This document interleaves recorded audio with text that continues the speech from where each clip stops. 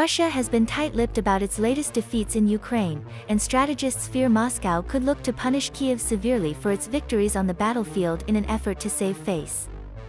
Kyiv's forces launched a massive counterattack in the northeast of the country, reclaiming thousands of kilometers of Russian-occupied land over the last few days.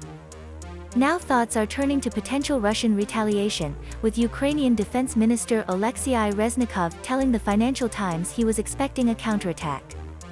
A counteroffensive liberates territory, and after that you have to control it and be ready to defend it, Reznikov said, adding, "Of course, we have to be worried. This war has worried us for years."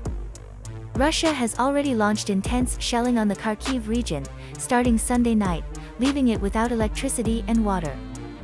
Ukraine's deputy defense minister told Reuters it was too early to say Ukraine had full control of the area. Close followers of the Kremlin say President Vladimir Putin is likely weighing his options now. The military story for the Kremlin is becoming worse, Ian Bremmer, Eurasia Group president, said in a note Monday.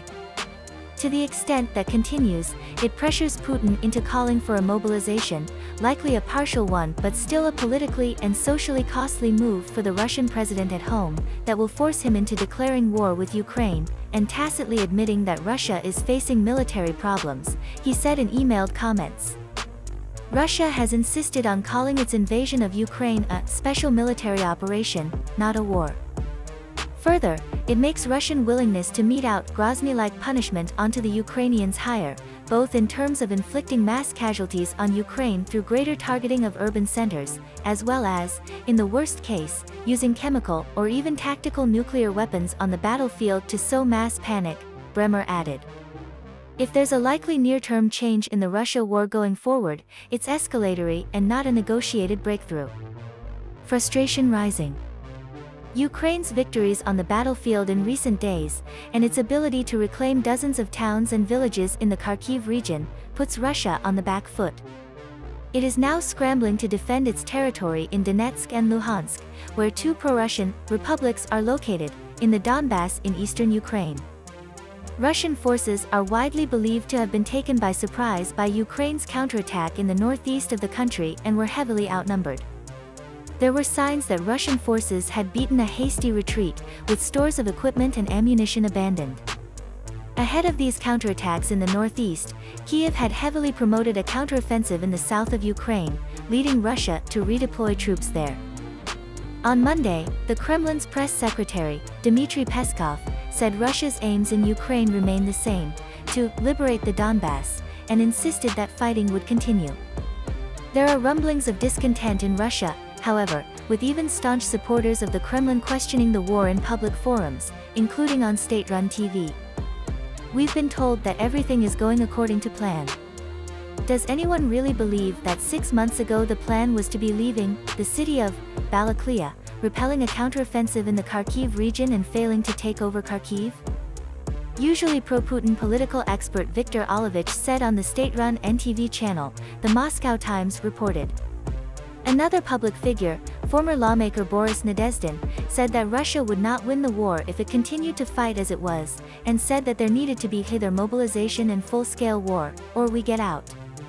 Analysts at global risk consultancy Teneo noted in emailed comments Monday evening that military losses and the humiliation of Russian troops pose risks to President Vladimir Putin's regime, as domestic criticism of the conduct of the so-called special military operation is mounting from various sides. As a result, Putin faces growing pressure to respond to increasingly unfavorable dynamics on the frontline, which might include either escalatory moves or calls to start ceasefire talks, they added. Putin's stark choice. Putin's regime now faces a difficult choice. The war is dragging on and its undersupplied forces are likely becoming demoralized as they come under pressure from Ukraine's well-organized and well-armed army. Moscow faces a stark choice now, I think. Face humiliating defeat in Ukraine, which seems inevitable given the current troop force deployments, supply chains and momentum on Ukraine's side, and sue for peace, Timothy Ash, senior emerging markets sovereign strategist at Blue Bay Asset Management, said in a note Monday. Or escalate with mass mobilization and WMD, weapon of mass destruction, or perhaps Syrian-style indiscriminate leveling of Ukrainian cities. Ash said Putin had likely balked at the mass mobilization option, which would put Russia on a war footing and see the conscription of many of its citizens. The risk is that they come home in body bags and cause domestic social and political unrest in Russia, he said, but added that Putin was also unlikely to resort to unconventional weapons, such as WMDs. Putin had the chance and failed to pull the trigger as he knows these are only really deterrents, and once he does unleash them we are in a whole new ball game, risk of World War III, and a chain of events which will be very difficult to manage, but where he is clearly seen as the aggressor/mad guy and loses most of his friends internationally, including China, et al., Ash added.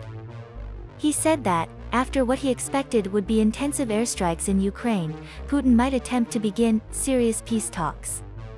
But he will have to hurry up as the ground in Ukraine, and possibly even Moscow, is shifting quickly under his feet, Ash noted. At this stage a total collapse of Russian forces across Ukraine is entirely possible, including that held before February 24, including Crimea, and even talk about potential splits in Moscow and risks to Putin's stay in power. Watch this space.